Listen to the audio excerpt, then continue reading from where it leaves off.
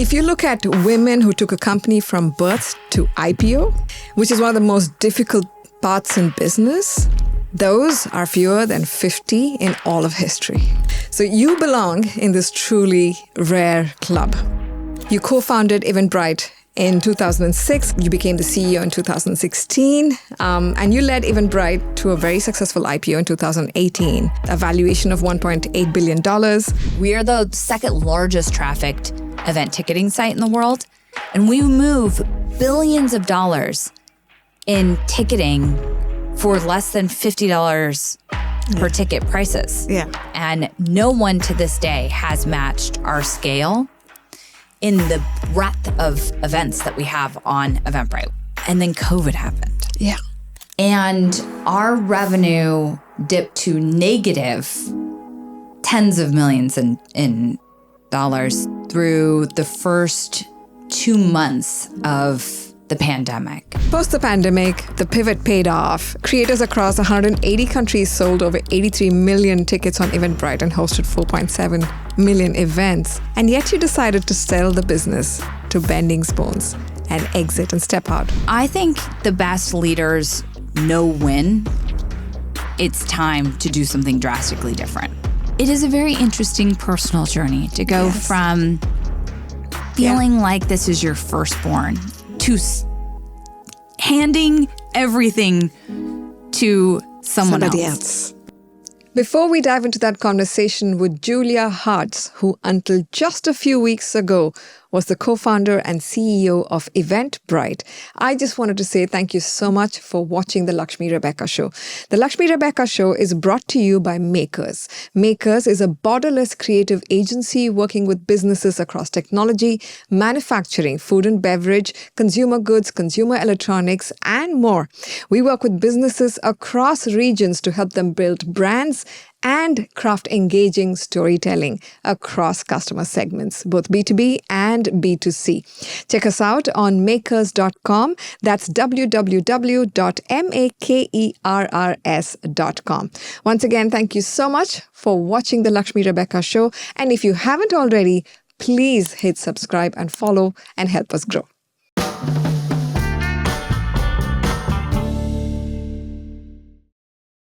Julia, I am so excited to have you here in the studio in San Francisco with me today. Thank you. I'm so excited that you're here in my hometown. Yeah, thank you. And it's a privilege to be here with you. Globally, there are probably a couple of 100,000 companies that have gone public. Less than a few hundred of these have been led by a female CEO. And within that minority, if you look at women who took a company from birth to IPO, as a founder CEO or co-founder CEO, which is one of the most difficult parts in business, those are fewer than 50 in all of history, right? So you belong in this truly rare club. You co-founded Eventbrite in 2006 along with Kevin and Renaud. You became the CEO in 2016, and you led Eventbrite to a very successful IPO in 2018. A valuation of $1.8 billion. But your story then has more to it. There was the pandemic in 2020 and the challenges that came with that, pivoting, making the business successful again. And just a few months ago, you sold Eventbrite to Bending Spoons. And 2 days before I met you earlier this month, you stepped away from your role as co-founder and CEO of Eventbrite. What a journey. I have so many questions, and I think there has to be a part 2 to this conversation. I don't know how many answers I have for you, but thank you. That was a very kind introduction. You're welcome. Of course, you deserve it. My first question, tell me about young Julia. Where did it all begin? Tell me about the story before Eventbrite. Well, certainly, I think when you hit, an inflection point, or for me, it feels like the end of an era and the beginning of the next one in, something that's kind of well-rounded as 2 decades. Naturally, I think, as humans, we start to reflect. And so you've seen me in that immediate phase of transition when we had announced that the sale had closed and I had handed the baton over to Bending Spoons. And then now we're about 10 days after that, Right. So I'm even more wise than I was when you met me. No. When I think about what has happened and where, Eventbrite has gone, and alongside that, my own life, I definitely am one of those people that can say without a doubt, I had no idea what my life was really going to be like. I mean, I grew up in a small beach town called Santa Cruz, which is about an hour and a half from here. And it was, in hindsight, an idyllic childhood. I mean, there's a movie called Lost Boys, which is pretty epic. It's this like cult hit, very campy show about skater vampires. Okay. Stay with me on this. Okay. There's actually a Broadway musical called Lost Boys playing in New York. Okay. It shot part of the movie in Santa Cruz. So when I think about my childhood, and I think I was 5 or 6 when it shot in Santa Cruz, I think about that summer where there was this 80s heartthrob, Corey Haim and Corey Feldman, the two Coreys who came to town to shoot the movie. And all of us locals were extras. Oh. So I remember Were you one of the extras? I was. I remember everyone I knew was an extra. And I just remember, spending these long, hot days on the beach, playing around and being in a movie. And that actually is what my childhood felt like. And that to me is like the flash memory of my childhood.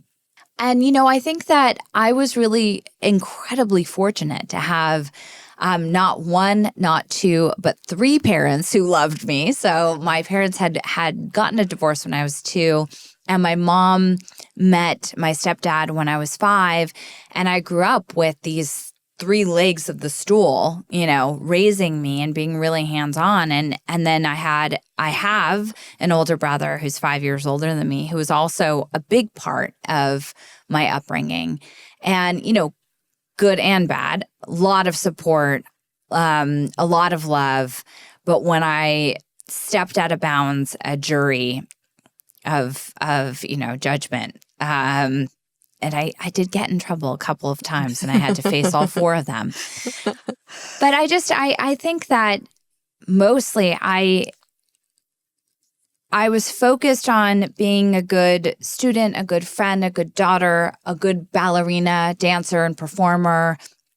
And I really didn't have a lot of plans for the future. I was just putting one foot in front of the other. And both of my parents instilled the value of doing the right thing, being honest, and hard work.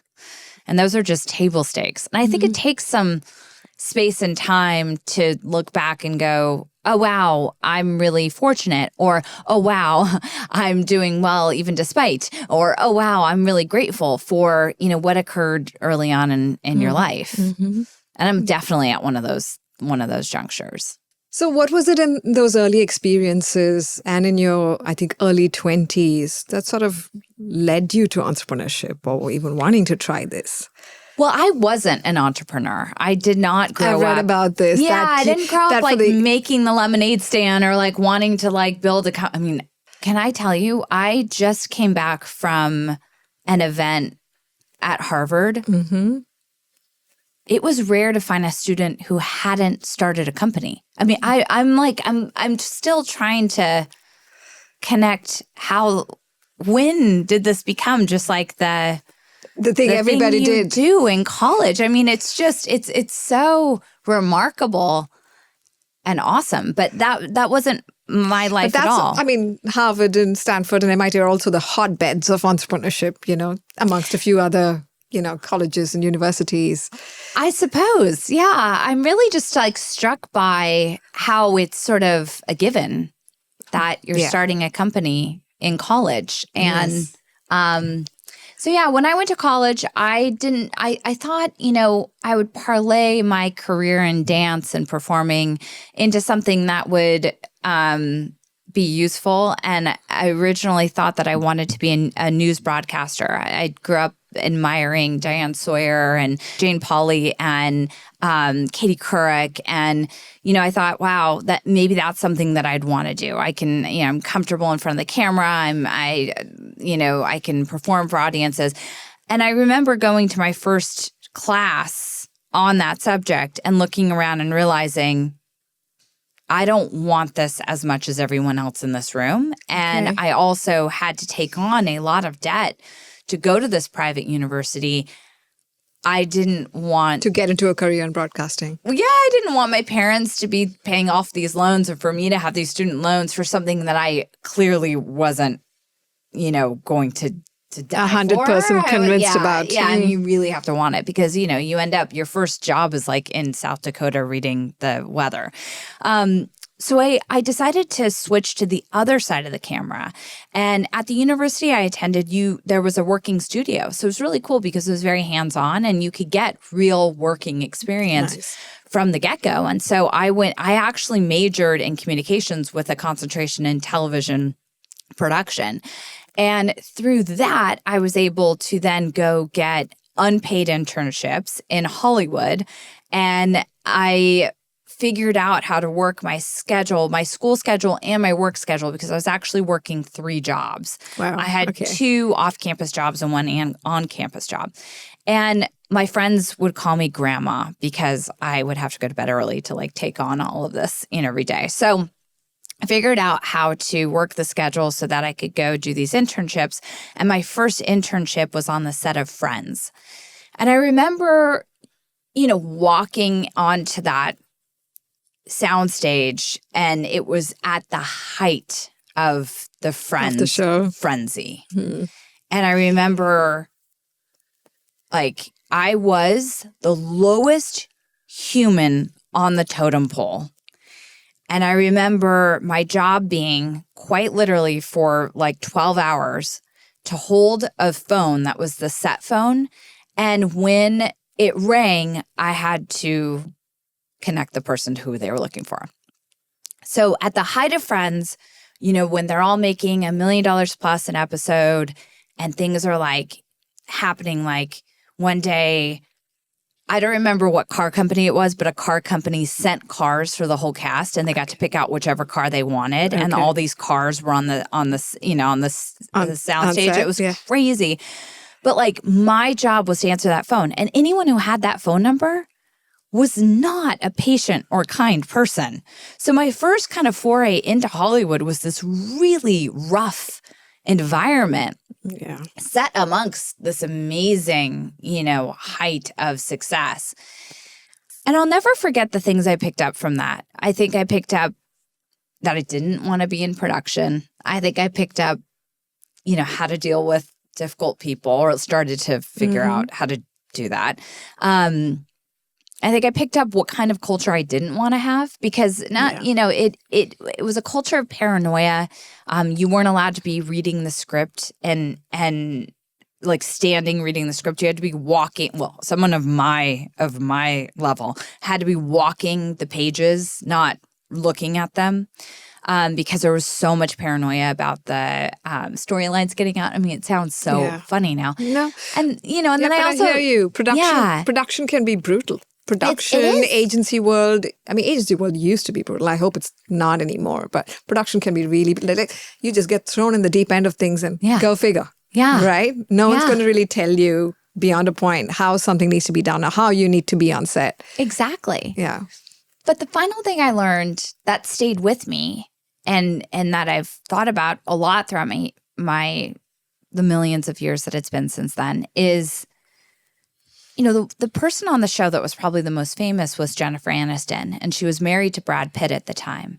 And she was, bar none, the kindest person on that set, including the crew. Nice. And she showed a kindness and a care for people that was authentic, genuine, well heads above the rest. You didn't expect that from her? Well, I mean, no one expected that from her. No one expected that from her, but it came so naturally. It was who she was. And so I always kept that in the back of my head because then, I went on to work in Hollywood 5 years post-college. And, you run into like a lot of different energy working in Hollywood. And I was on the television development side. So I was working for the network, and I worked for MTV and FX. And, it was such a wild time to be in Hollywood because it was just about to get disrupted by streaming. You were about 25 when Eventbrite happened? I was 25 when we started Eventbrite. Okay. So tell me, how did you meet Kevin and Renaud? And tell me, how did Eventbrite come about? You were this young girl. Obviously, you were very successful in television. And like, how did the switch happen? You never wanted to be an entrepreneur.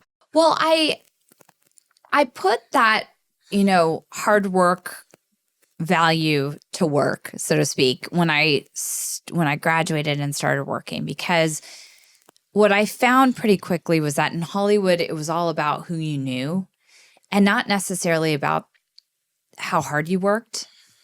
And I am terrible at the who you know game, and I'm awesome at the work hard game. And that made me a unique contributor, if that makes sense. Okay, yeah. So I think people saw me, this very younger version of what I look like today, and figured I wanted to just play the who you know game.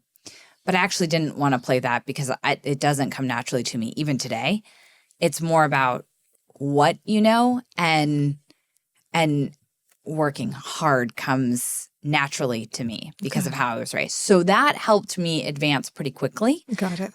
But it also, the whole, idea that it was just about how many people you could collect in your sort of Rolodex was just exhausting. And by the time I met Kevin, I was like, I don't know if this is the place for me, although it was on a great trajectory. And I just so happened to sit next to Kevin at a wedding during the ceremony of my first boss, who married his classmate from Stanford. Okay. And we fell in love immediately. It was like our version of a meet cute, which they call in Hollywood, the moment that the two protagonists meet. And, Kevin was working on his second startup, had stayed in the Bay Area, had been in Silicon Valley, had, seen the bust of the first, internet boom. And he was really curious about my world, and I was really curious about his world. And so for about 2 years, we dated, quasi long distance, LA to San Francisco. And we really got to experience the world through each other's eyes. And so what I learned from those 2 years was that things were moving quite quickly in Silicon Valley. And I think that, when I would get frustrated about how long everything took in television or in Hollywood, Kevin would always remind me, how fast things were moving in tech. But then also I got to see some of the new and developing technologies, like the first YouTube video, or Friendster, that started to create this sense of, wait, something's shifting. Yeah. And along with the advent of streaming, it was the TiVo era. I just had a sense that I was like on the wrong side of the disruption formula. And I wanted to be on the disruptor side, and I wanted to move faster. I think velocity is my personal, addiction, and I wanted to keep moving, and restlessness is certainly an attribute that I identify with.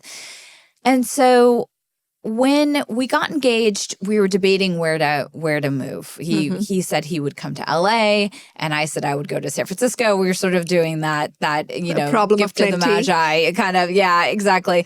And we decided to settle in the Bay Area, and I decided to leave television, and that was a really big deal. And I was sort of half leaving it because I had drummed up an offer at a startup cable network here in the Bay Area. Okay. And Al Gore and Joel Hyatt and a few others were starting something. I thought like, okay, I'm gonna go help this cable network get started. And Kevin was just like, he was a little bit skeptical when I got the offer because it was a lot less than what I was making. And he's like, you could go work on somebody else's startup and make less than you're worth. And he pitched me the other idea, like door number 2. And door number 2, I believe, was pitched as we could work on something together and you could make no money and we could bootstrap this company and use all of our savings. Mm-hmm. And how long had you been engaged by this time? 2 years. No, sorry. We'd been together for 2 years. We'd been engaged for a few months. Got it. And I can't. And that's like 10x of all in. Yeah, you know what I'm saying? Honestly, I can't remember the moment I said yes because it doesn't sound like something I would say yes to. I can't remember. I have to ask Kevin, what did you tell her? What did you pitch to Julia? Out at that moment. Cut to, it's like, quick cut. Next scene, I'm moving into a windowless room. Really about the size of the room that we're in right now in a warehouse in Potrero Hill. And I'm thinking to myself, what if he's crazy? Like, this would be such a plot twist if I've like totally upended my life, left behind this amazing job. I had this incredible job at FX Networks on their development team, working with some of, honestly, television's greatest creators now. At the beginning of their careers. It was amazing. How old was Kevin then? We're exactly 10 years, so mid-30s. Okay. Yeah. And now I'm like engaged and I'm starting. And you've given up your job and you're investing in something together, cleaning out your life savings. The people I really have to give credit for are my parents who did not have a total connection. They went along with it. And I also don't know what they were thinking because I think if you told me my 25-year-old daughter was going to be giving up her entire career to go start something with the guy that she just moved in with and got engaged to. You'd be like, too much, too soon. Oh my gosh. Yeah. I mean, so I'm really grateful for them. I'm really grateful to my parents just for giving us the space and the autonomy to start our lives. So we quickly found Renaud. So we knew what we wanted to work on. Mm-hmm. That's a bit of a longer story with not like a great payoff. Just believe me, we knew what we wanted to work on, and it was based on something that Kevin had worked on previously to his company. So the initial idea looks slightly different to what it eventually became. Is that what you're saying? Yeah. But it had existed in a way. Mm-hmm. And so Kevin and his partner, Alan Braverman, had built a bunch of different applications on top of the PayPal API. Okay. And this was one idea that they didn't get to take to full fruition. And so we found Renaud through mutual friends in the Valley, and we put ourselves together and we were like, okay, let's go build a way for creators to sell tickets to any event. And let's bring the world together through live experiences and let's democratize ticketing. Because at the time, there was nothing for anyone to use to sell tickets to any kind of event. There was really large, kludgy, on-premise solutions, and then Evite. And I think Paperless Post started right around the time that we started. We wanted to build something that was for people who were selling tickets to events and professional events. But we wanted it to be usable by anyone. And so we did like 3 things against the grain or quote unquote wrong or maybe unconventional in the beginning. The first thing we did was we didn't focus on one specific vertical or one specific geography. By virtue of building on the PayPal API in the early days, that meant that we were globally available. And we knew that we wanted to make a product that was as easy to use as Gmail. So we didn't think that we should go deep in a vertical because that would – and when I say vertical, and we call it categories. Yeah. So I'm going to switch the vernacular. But I mean, running events versus party events or conferences. Any type of event. Any type of event. We wanted Eventbrite to be self-service and to be so easy to use that we used to test the product on Kevin's dad, who is a retired lawyer. Yeah. And he would be our main beta user. And so we really smoothed out the rough edges by making it as simple as possible. And then the final thing we did was we didn't want there to be any friction. So we didn't make it hard to sign up. And instead, we relied on back-end systems to detect fraud or bad actors. So we didn't make it super hard to set up your account with Eventbrite. Mm-hmm. The final thing is that we started Eventbrite together as a couple, and that was a very unpopular thing to do in 2006. Like, there weren't these great examples. And in fact, there were only horror stories of couples who had imploded their company or had gotten divorced or whatever. So we were sort of like doing it wrong from the beginning, and it was awesome. And we also differently. Yeah. And we also decided to bootstrap the company and not raise any money initially because Kevin had to raise a lot of money for his previous company, Zoom, XOOM, which took on international remittance and competed with Western Union post 9/11. So that was like an insane, amount of effort and energy that had gone into that. And for regulation and to be able to be a money transmitter, they had to raise a lot of money. So he just academically wanted to try it differently. Yeah. So how many years were you bootstrapped for? We bootstrapped for about a year, and then we raised a very small round of angel and friends the second year. And then it was the third year that we went out to raise our first round of actual institutional capital once we were well past product market fit and scaling. And how long before you had revenues that started coming in? We had revenues on day one because we were literally swimming in the pool from day one. That's fantastic. We had early adopters who were using Eventbrite for ticketing their tech meetups, and we just started with our kind of backyard. I'll never forget the day I realized that we actually had made something that people wanted to use, which we had built this really kind of rudimentary ticket tracking map where the map would move around on a monitor in our little tiny windowless phone closet, showing where tickets were being sold and what kind of event. So it would pop up the logo of the event. And I'll never forget when New York started to light up after it being almost entirely around Silicon Valley for tech meetups. New York started to light up for speed dating events. Wow. Okay. And that's when I was like, oh, we have something. And, that's when we started to really see more and more divergent and interesting use cases emerge. And how long after you started did New York light up? It was probably 6 months. Nice. And when we think about building a scaled marketplace for live experiences, what's interesting is ticketing is difficult because it's a perishable good. It's worth something one day, and then after the event happens, it's worth nothing. Yeah. And so building a scaled marketplace for a perishable good is hard. Yes. And many, many people have tried to do it, and no one to this day has matched our scale in the breadth of events that we have on Eventbrite. We are the second largest trafficked event ticketing site in the world, and that's because we have so many events. These are millions and millions of events.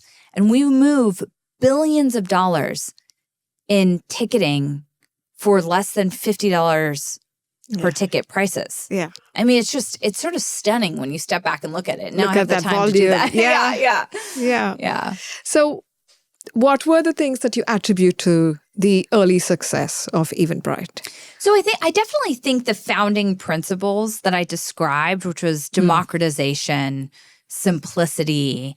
Another one was customer obsession. I mean, I was the original marketing, customer service, and randomly the finance team. And I, and I learned a lot of this through Kevin's mentorship, but I would get real deep on what these people were doing, what kind of events, not just what events were they hosting, but why, and what were they doing, what were they hoping to achieve, and how could a successful event beget another successful event. And I would pick up on all these different parts of their story that they didn't even, wouldn't have made it into like a product requirement stock. And I would make sure that we were keeping in mind the whole person. And then I applied it eventually to how we went out and spoke to our customers. And then I applied it to how we built the company. So the storytelling came into play. And like really making sure that we were centered on values that could sustain us. Yeah. And so I think that's really what I brought to the table. Renaud, besides being a brilliant engineer, is also a brilliant photographer. And so he brought to the table the idea that you could turn your passion into profit. Like he could be a photography expert and run workshops. And that theory was tested and proven correct during the first financial meltdown of the Eventbrite life cycle, which was in 2008, 2009, when a lot of people lost their jobs and we weren't sure what was going to happen to live events. And it turned out we had this boom year in 2009 because people were turning their passions into profit. They were looking to like teach other people their skills. They were looking to go to meetups to network, They were looking to get together to commiserate over how miserable it was. And that was a really important year for us because we raised our first round of institutional outside funding from Sequoia Capital at the end of 2009. And Rulap Botha was not only an investor, but also joined our board and was on our board for 14 years. So that was the beginning of Eventbrite, the company. Got it. And could you tell me briefly, like between 2009 and 2016, what was that growth trajectory like? Yeah, it was hyper growth. I mean, we were like a hermit crab, and we were constantly having to seek a new shell. I think we had like 8 different offices in that span of that era in Soma, most of which I never had to sign a lease for. So that was my claim to fame, was that we were great roommates.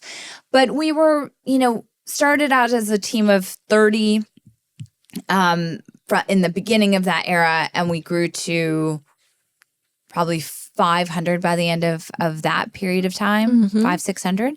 We were just like feeding the machine. We were from a product perspective, what Kevin does so brilliantly well is he has a vision and keeps it simple and is just constantly working on that vision. And is so aggressive in that pursuit of the vision that I now realize we made excellent co-founders because we are yin and yang. I mean, once I see the vision, can go figure out how to reverse engineer a path to achieving the vision. And he is like relentless about the vision. And so I'm more interested in how things work, and he's more interested in the thing that's going to work. Getting there. And he just literally does not have a chip in his brain that says this might not work out.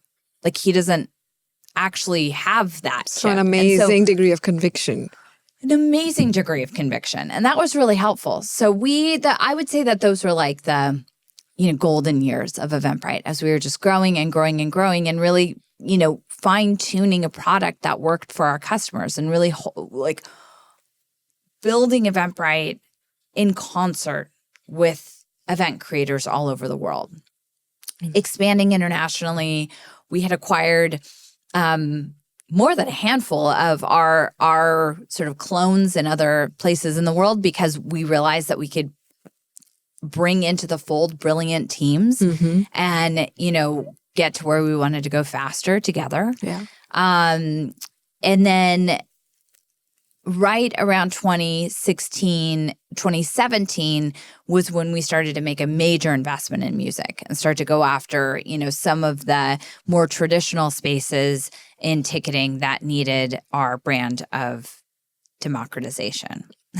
And that was also around the time that you stepped in as the CEO. Yes. And then soon took Eventbrite to an IPO. Tell me about that journey. That would have involved, for someone who did not want to be an entrepreneur, you were, yes, you'd already seen that journey as a co-founder, I suppose. Second in command, if I may say so, for, a good 10 years, and now you were stepping in, taking the reins. And you had this sort of a big moment ahead of you, working towards the IPO. So tell me about that, your biggest learnings and your personal growth. Well, I think that by the time I was that was a decade in, I had learned a lot from the experience of people around us, but really most importantly, Kevin.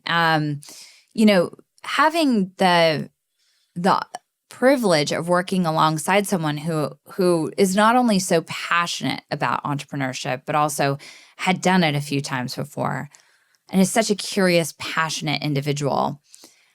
I had grown to love, our company. It felt like my firstborn. We had, in 2016, we had 2 human daughters too. And, working side by side was just a dream. Like, we really work well together, and we had incorporated our kids into this journey. And, people would always ask, how do you turn it off? And I'm like, why would I want to turn it off? I don't understand. This is something that I'm passionate about, that I love, just like my children. So I don't want to turn it off. But Kevin and I had a very good sense of how to structure our lives and our time to be present with our real children and present with Eventbrite.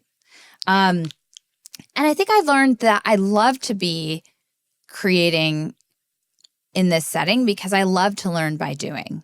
And that's the best part, is that you're not sitting there observing other people do the thing, and you're not being told what to do. You're actually doing it. Yeah. Sometimes it's terrifying because you don't know what you're doing. Absolutely. But it's also the best way to learn. But it's amazing. I love that about entrepreneurship. Exactly. That you learn by doing, and you can be endlessly curious. Yes. Right. Yes. Yeah.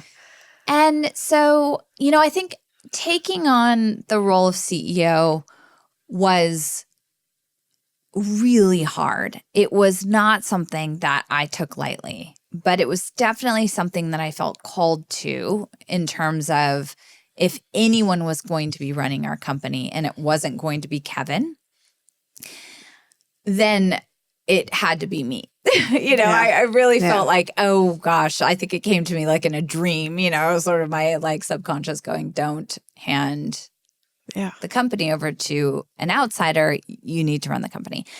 I think there's a couple things there. One is that I think too often, I just want to come back to the comment I made about every college student having started a company. Mm-hmm.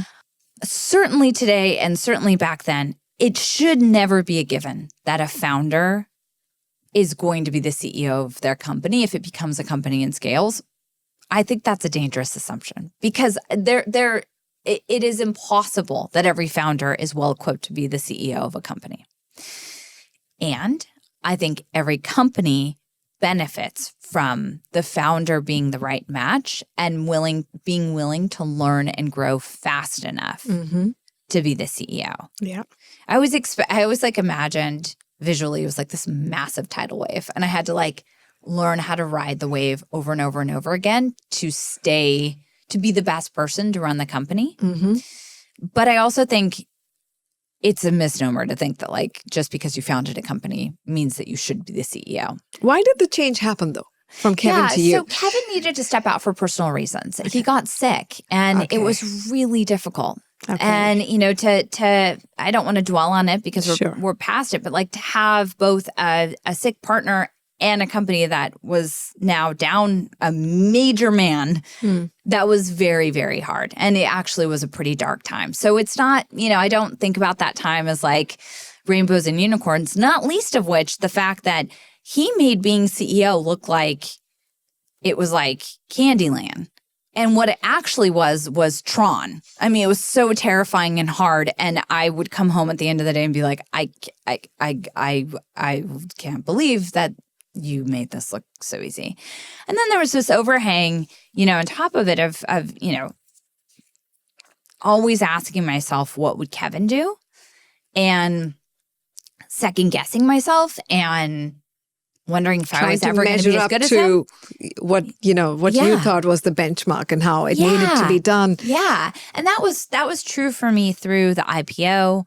That was true for me through acquiring our largest competitor in music. That was true for me. Coming out of the IPO, certainly, and being a young public company. And I was really lucky to have people like Roelof, behind me, and Kevin behind me, just like putting their hand on my back and being like, you're going to do this. But it was terrifying. And I was really stuck in this mental game for a good number of years. And then COVID happened. Yeah. And what's funny is like, I don't think I'm imagining this. I had just started to feel like I was comfortable-ish in the seat of CEO and had gotten my sea legs at the end of 2019. Okay. So just before. Yeah. And then COVID happened. So it's like, I when I think about— Life's like that, isn't it? It's funny. Yeah. When I think about the last chapter, the last 10 years, I think about it definitively in two different chapters. In the first chapter, I was unsure that I could do the job. In the second chapter, I knew exactly that I could do the job, but it was such a difficult job to do. Yeah. So the harder it got, the more intuitive and surer you got of how you could figure it out? I'm not sure yet. I haven't had enough time to piece that back together, but I do think— I'm only asking that because you said there were two definitive— No, I know. Phases, And there's just a lot of reflecting I have to do, and I'm sure it'll become clearer as time goes on. But when you spend 14 years building something and it's definitively gone in 14 days, I think instinctively you have a choice to make, and you're either all in or you're not. Yeah. And so in that moment of saying, I'm all in and I'm going to save this company, I became less insecure. You just caught the reins and run with it. I didn't have time to be insecure, I guess. Yeah. Yeah. So tell me about COVID. Tell me about these 14 days. What happened? How did you navigate that? I know you did a major pivot, and you did that very, very rapidly. Mm-hmm. And then in 2 years, again, you were profitable and revenue was back to pre-COVID level. Mm-hmm. That's not an easy feat. No. I remember coming into 2020 with a very clear sense of what we were going to do that year and a very focused plan. And we had a lot of growing pains that we had been getting through in 2019. We had acquired a large company. We'd gone public and came into 2020 with this awesome strategic plan. And we, a few things were going on. So probably the most significant is that we're friends with the head of the infectious disease department at UCSF, Joe DeRisi, who's a brilliant scientist he's been saving lives all over the world for many years. Okay. And tracking some of the gnarlier outbreaks. Mm-hmm. And through some conversations in, February-ish, we understood that this could be incredibly bad. And, I think the human spirit has this amazing way of thinking something's not going to be as bad as it actually will be. Yeah. And thankfully, I had, people around me like Roelof and Kevin, Henry Ellenbogen, Bob Mylod, Lee Fixel, some of our earlier supporters and just advisors who, were very sure that I should expect this to be terrible. Got it. And so I came into March being incredibly paranoid, although not enough to take one of our brilliant board members, Jane Lauder, seriously in the moment that she said, this is it. Like, world is ending, basically. And I remember saying at the board meeting in January, let's not make the whole board meeting about the corona. It was the coronavirus in January. Yeah. And I will forever be grateful for her and also just absolutely be mortified about that moment. But by the time March rolled around, it was like we were battening down the hatches. And March, I think it was like March 5th or 6th, we got a I woke up to a very early text from the CFO, who was an early riser, who said, it's here. And I looked at our previous day dashboards, and, everything had been tracking up exactly on the forecast line. Like we could, come within sense to what we'd be doing. And then there was a little notch in that line. And basically it was, I remember talking to Bob Milan, who had been the CFO at Booking, what became Booking, during the 9/11 crisis and attacks. And he said to me, buckle up, kid.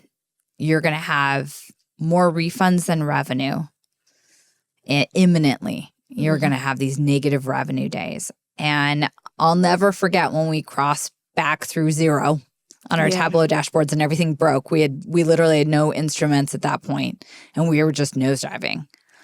Not to make it so visceral.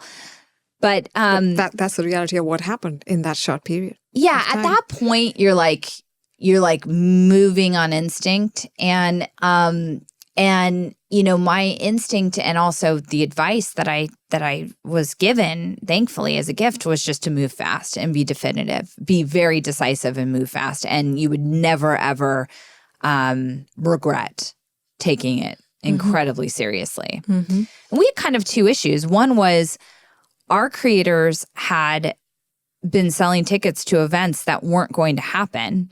They had been taking their ticket sales that we had advanced them as they're selling their tickets and paying venues and vendors. The consumer is not going to get that ticket and is going to charge back. And we basically had double our balance sheet advanced out. Oh, wow. For those events. So we had to stop the advances, which absolutely terrified and angered our customers. And we had to start reversing the funds and helping them refund their consumers. And I mean, quite literally what that looked like was, Kevin and I on the phone with our larger customers, begging them not to pay the vendors and the venue. Like, don't do it. You're going to lose that money, and them yelling at us, like, why aren't you sending us our ticket sales? And us saying, like, we can't because you're going to need to refund. And this was in like mid-March. So nobody really understood the full effect of it hadn't set in globally. Yeah. And that sense of like, no, it's going to be fine. It's like, no, it's not going to be fine. You're having this like kind of crazy debates, right? Yeah. How many people did you and the company have to call like this? And like over what period? Hundreds. Okay. And it was really intense. And, one of the best things was at this point, Kevin and I had not been working together for 4 years. He had left, the company when I became CEO, and he had gone on to start his fund, A-Star. And I remember coming home the day that we sent everyone home from the office. I was like the last one in the office turning off the lights. It was the last time I saw that office.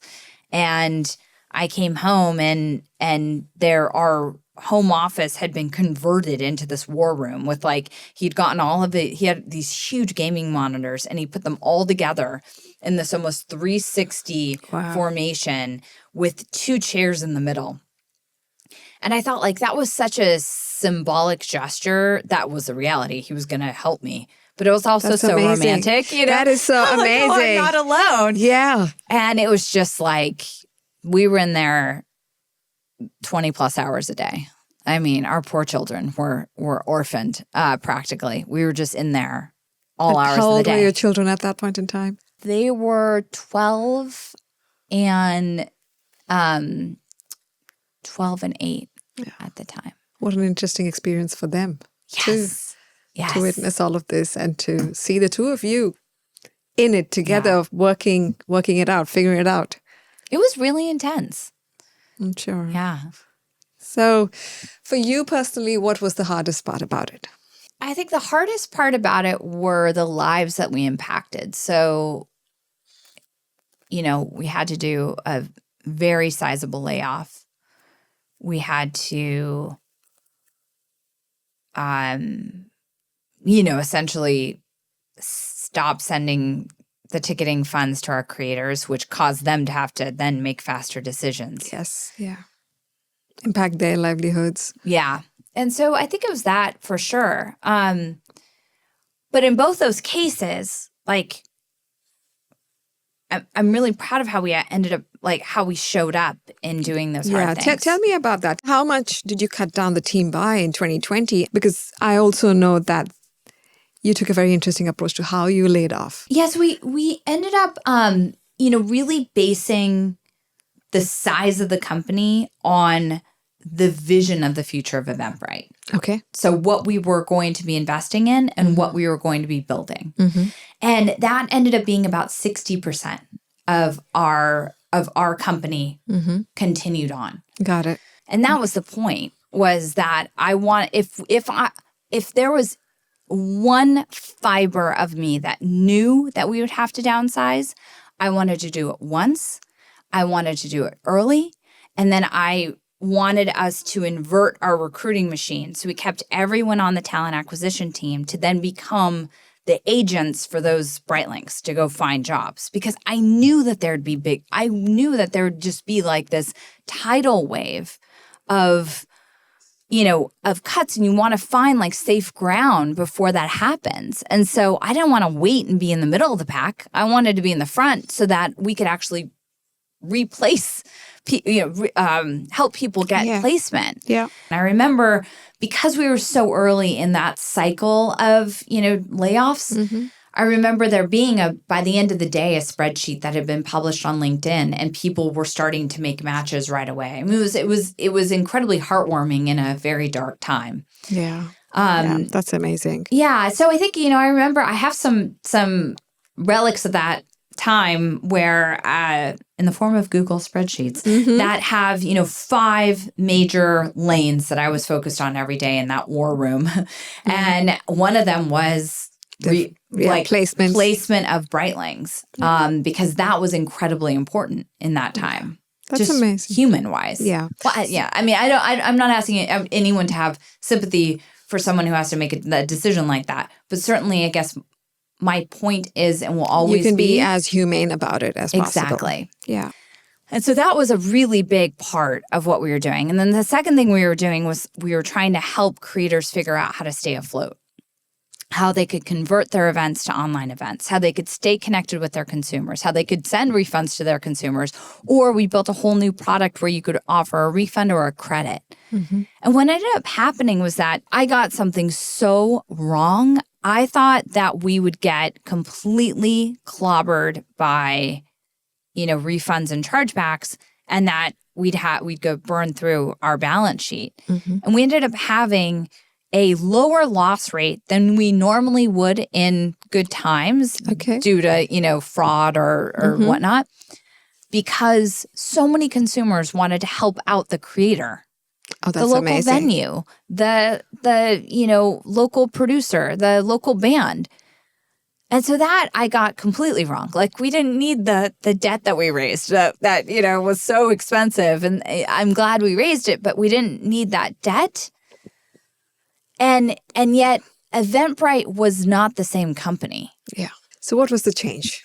So the change was really focused back toward, shocker, our roots of where we began, getting back to building a product that is self-service, that allows anyone to sell tickets and market and promote their events. What we'd become really good at was helping people find audience and converting those audiences into actual event goers. And yet the product experience had become very hybrid. Like, some of it was just for sales customers, and some of it was, partitioned off for certain. It had just become kind of unwieldy. So I got my team together, and I asked the question of, given what we know about this business, what would we do if we could do it all over again? And by the end of the meeting, we had a 1-page on what we would do differently, knowing what we knew about the business. And I said, okay, let's go do that. Because Eventbrite had ceased to exist as we'd known it. Yeah. And when was this? Which month of 2020 was this? That was the middle of March. Okay. So very early on. Yeah. So by June of 2020, we were in a new formation building that Eventbrite. And that was really helpful. I think that's why Eventbrite still exists today is, moving quickly and decisively. Yeah. And I think moving quickly and decisively, it's a little bit like when you start to leap on like lily pads, you get this momentum and all of a sudden you're kind of like going faster and further than you thought you could. But that didn't mean losing our heart, right? And not being human. And certainly there was a tension there every single day because there was a period of time where every day I just had to make a hard decision, a hard decision, a hard decision, a hard decision. And it was just like, oh my God, I never became numb to it. It was so difficult every single time I had to make a hard decision, but it was like we had to move. Give me some examples. One was, of course, cutting deep, but give me other examples. Yeah, I mean, deciding to stop doing something. That's like, I hate that activity. Every strategic planning. That's the part that I really hate. I think it's also because we raise a lot of hope within ourselves and in all the people around us. As leaders, that's your job, isn't it? To rally everyone together. And then you have to turn around and say, we're dropping that now. Yeah. So forget about it. Yeah. It was terrible. Or, deciding not to take on customer needs that we had committed to for, super like complex customers. And, we like really suffered for a while through that of customers feeling like we had turned our back on them. It was difficult. Or like cutting vendor contract. I mean, it was just difficult. The whole thing was just terrible. Yeah. But I know that if we didn't do that, we would not be Eventbrite. Eventbrite wouldn't have survived that. Yeah. Could you paint the picture for me? Revenue and company size and reach pre-pandemic, end of 2019. The dip and the changes that you had to make 2020. And then leading that change through to profitability again in 2023 to pre-pandemic level revenues and profits. So when we came into 2020, we were doing almost $400 million in net revenue. And we were about 1,200 Brightlings globally. Mm-hmm. And our revenue dipped to negative tens of millions in post the pandemic dollars through the first 2 months of the pandemic.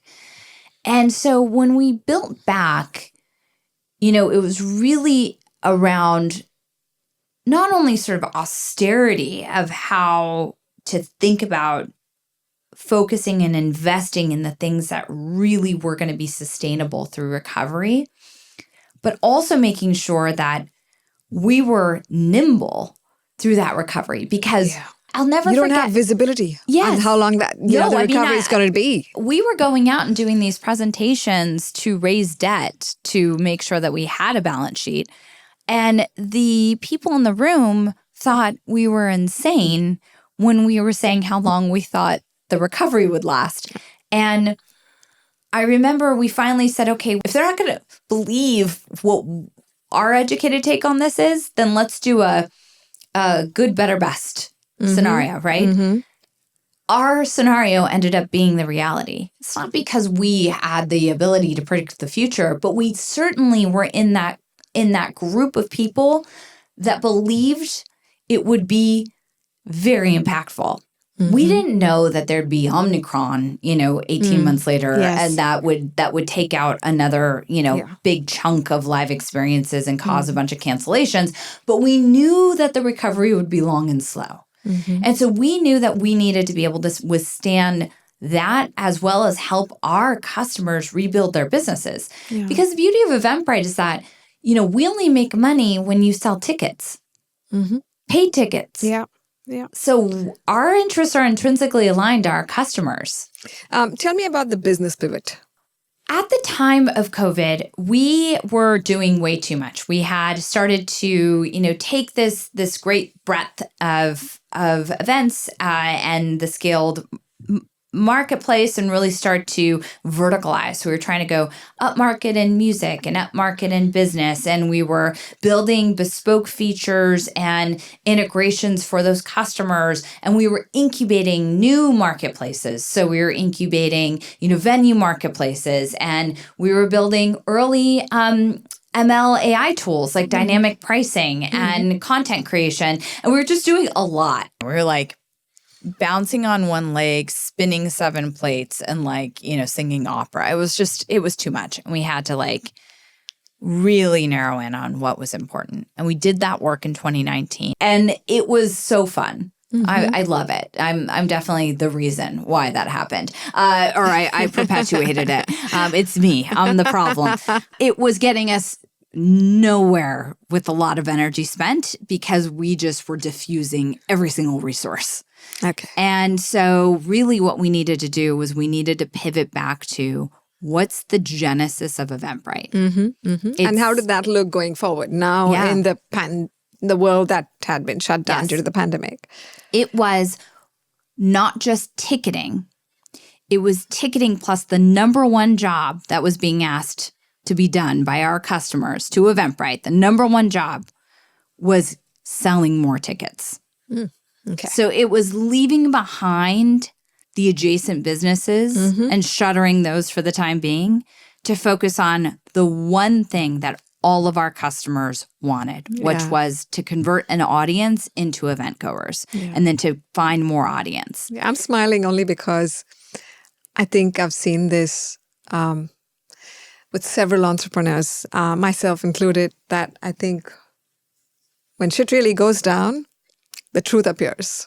Yeah. The core of it appears. And you look at it and say, let's just get back to basics, the things that worked, things that got us here. Right. Yeah. And I think we weren't alone by any stretch. I mean, I remember, following Airbnb's journey really closely, not least of which because we're early investors in Airbnb, but also because I admire Brian, Nate, and Joe, and seeing them also go through a moment of reckoning where they were looking at where their business had gotten overly complicated or where their organizational structure of humans wasn't serving their end goal, right? And so I think it was a time for companies to reset. And I think the ones that really made their companies stronger were the ones who didn't just hunker down, but the ones who took a moment to stand in the sun and go, okay, what could we do with this? Yeah.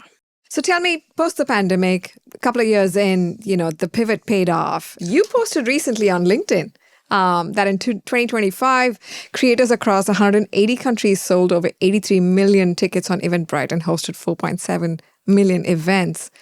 And yet you decided to sell the business to Bending Spoons and exit and step out. Why is that? Well, a couple of things. In the last couple of years, we have been working tirelessly to grow the business, at the rate that we had been growing pre-pandemic. And that was really hard. We created some friction for ourselves in 2022 where we changed our pricing and it was a total flop. And we had to, heal from that self-inflicted wound. And while the business was growing up and to the right, it really wasn't scaling at the rate that I know it can scale at. Okay. And I think the best leaders know when it's time to do something drastically different. You couple that with the fact that Eventbrite, was a public company. And I always made a commitment to myself that I would never complain about being a public company CEO because that was a choice. It wasn't a forced mandate to go public. And Kevin and I both primarily believe that being a public company is the right thing because it drives transparency, it drives consistency, it drives discipline. But Eventbrite was just getting batted around in this, small cap public company land. And it was no longer serving a purpose or a good for our customers. The cost of being public was way too high for the benefit that we were getting. And so Eventbrite needed a pathway to become a private company again. And then when you couple that with, the idea that there are certain eras for companies, and that every company needs to be able to kind of match the era and go beyond like what's expected of them to survive and be successful. Timing really for me was about looking up and out and being very curious about what's happening around us and noting that the world is changing drastically yet again. Yeah. I think that I was maybe out of the people who are really close to me, the last person to come to this conclusion that selling the company would be the right thing. But once I really looked at it from every single angle and understood all of the options that were on the table, selling Eventbrite to Bending Spoons was a no-brainer. Now, I mean, I'm part of the team that made the decision to do it, so I'm going to be biased and I'm going to have confirmation bias, and we're about 5 minutes into this transaction being closed. So we won't know for another 5 years if this was the right thing. But what I do know, and from the information I had at the time, Eventbrite needed to be massively disrupted from a, structure standpoint. So not being a public company and, becoming a private company. Eventbrite needs a fresh look at how we build our product and the systems we use to fuel that growth. And Eventbrite needs to be in the hands of a long-term investor who is going to be a long hold, meaning they're not going to try to flip the business in another 3 years or 5 years. And there are very few people like that out there who are global and who fit that profile. Yeah. So, I mean, it is a very interesting personal journey to go from feeling like this is your firstborn and not being able to differentiate between how you feel about your human children and how you feel about the company that you helped co-found, to handing everything to somebody else. Like, that is quite drastic, but it was so necessary. Yeah. So necessary for the company, so necessary for the impact that this is going to have positively on our customers. And, and I think I had to get my head in a place where I could make the right decision authentically. And that certainly took me time. But I feel really good about the outcome for the Brightlings too, because it was a great outcome for them. Instead of it being, hang on and see what happens. And, it's the way that Bending Spoons operates is really transparent. And I think that's something that we have all offered each other along the way as a gift, and that's in line with how we've operated is how they operate. That's amazing. So your first few weeks into the post-CEO era. I think it's like less than 2. Yeah. Yeah. How do you feel?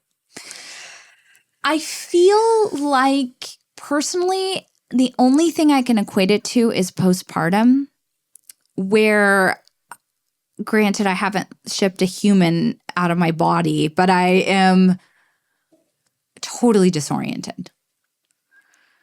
And it's like a beautiful disorientation where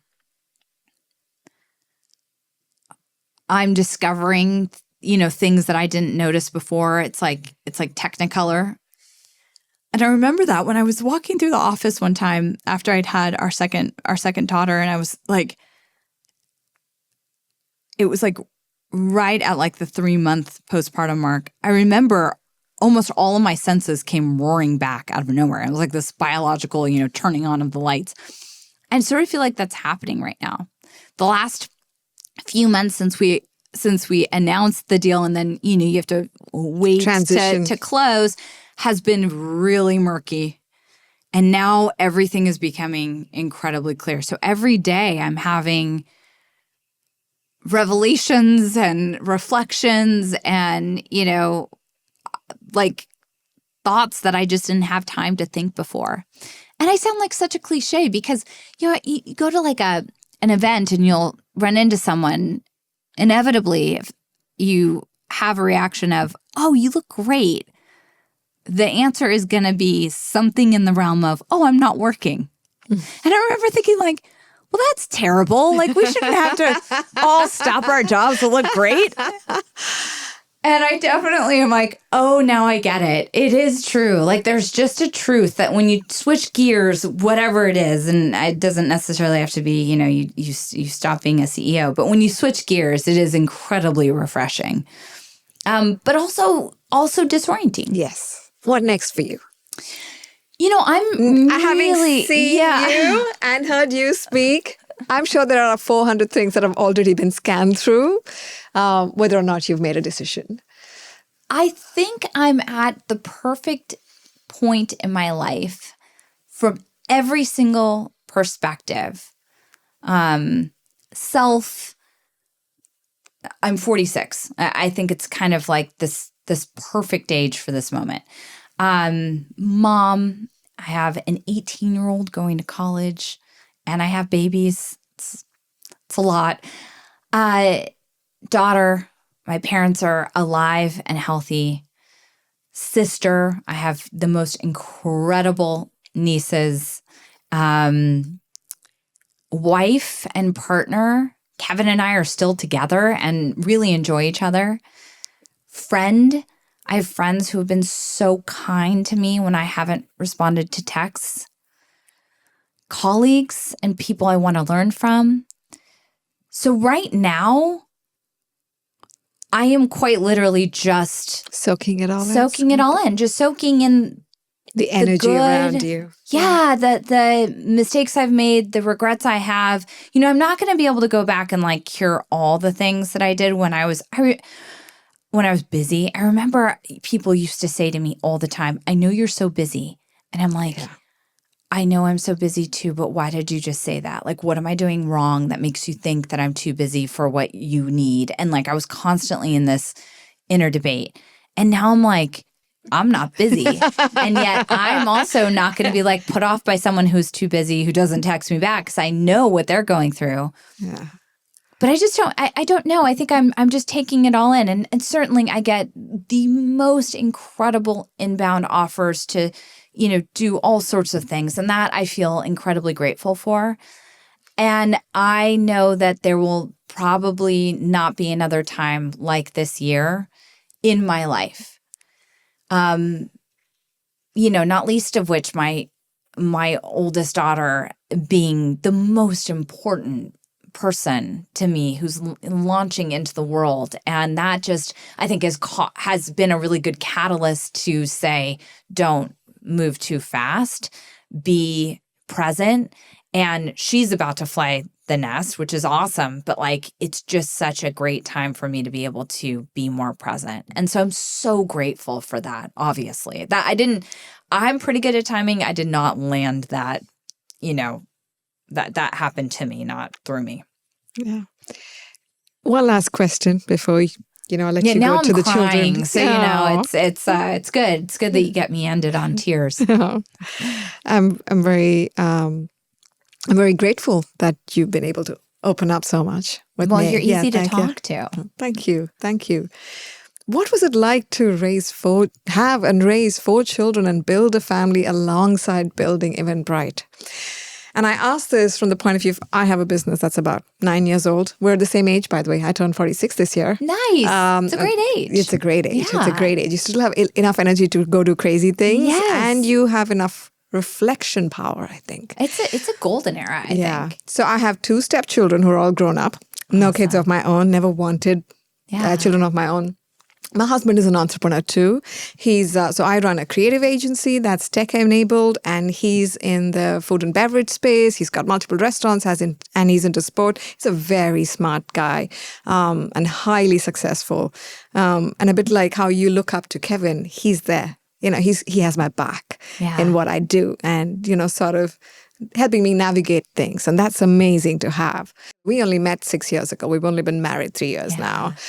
I'm like, and we have strong personalities. We also met later in life with strong personalities, and we could really go at it if we really wanted to. Because no, you did not. You really didn't mean that when you said that. We're both very ambitious, so we could be really opinionated and wanting to go out, and get things. And while it's great to have this support system, I also look at him sometimes and say, it'll be so cool if we could build something together, but it'll also be so scary to build something with you. What was it like for you and Kevin? And you raised 4 children in this period. I mean, like, that's crazy. Yeah, I'm sorry, but like for me, that's crazy. Just for the at-home listener, we have 2 teenagers and we have 2 babies. So we definitely have 2 cohorts of kids, and so it's when somebody has like 4 kids right in a row, I'm like, wow, that's incredible. So you're at a point where the first cohort also helps out with the second cohort. Are you at that point? Do they? I mean, they enjoy I had them. to do a lot of babysitting of my sister who's 8 years younger. They're not doing a lot of babysitting right now. They're really busy. And then the babies are like, babies. So, but they do enjoy each other. I think that Kevin and I found a way to divide and conquer. And that was actually advice that was given to us by some of our oldest friendships.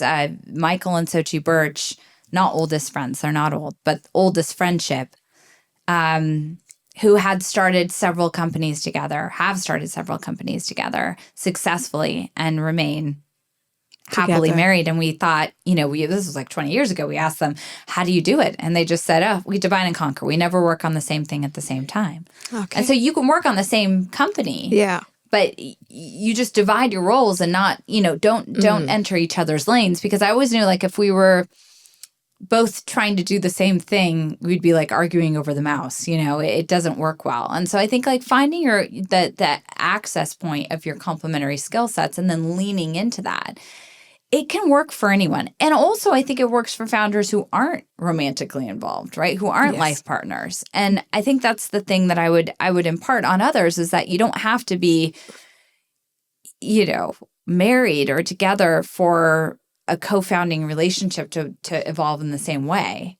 Mm-hmm. And just that trust is so, so, so important. And it happens over a long period of time. It does. Yeah. It takes so, time. I mean, I would say I have no idea what the future holds, but I definitely know that there's an Apple Note that has been shared with me by Kevin that is maybe up to like 27 ideas of companies that he wants to start with me. So I am so grateful to have him in my corner, ready to go, ready to create at all times, and also have him be patient with me while I, take a beat and learn and help and grow. And I think the final thing I'll say is, like, the day that I woke up after we announced the sale of Eventbrite was a really hard day for me. And I just woke up with this one simple thought, which is I just want to help people. And I know that sounds so cliche, but like, there's purity in that. In comes wanting from a to place just of help gratitude. People. Yeah, definitely. Yeah. That's amazing. Let me also go back for a minute to the day of the IPO, right? When things were going well. How did you celebrate? Well, we had all of our family and friends come, and it felt like a second wedding. And we had the earliest Brightlings, whether or not they were still at the company. The first 20 people came. So some of them had moved on from the company, but had come back for this. And we had our top customers, like our top 10 customers, our earliest customers. And we all gathered on the New York Stock Exchange floor. And I'll never forget the guy who works on the floor that opens your stock, and kind of does the theater of that day.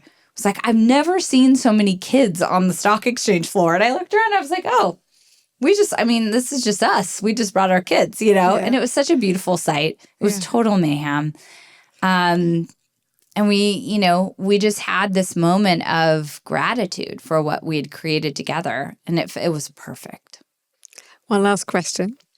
When you look back today, and if you had a chance to give some advice to 25-year-old Julia, who started this business at that point, who was engaged and was throwing her life savings into this, what would you tell her? I'd say, go girl, just go, go, go. Don't look back. Don't lose sleep over who you could be or what you could say, or, don't, you're wasting time doubting yourself. Just get more sleep and just keep going. It's amazing. Thank you so much for coming on my show. It's been a real pleasure talking to you. Thank you for having me. Thank you, Julia. This is really fun. Thank you.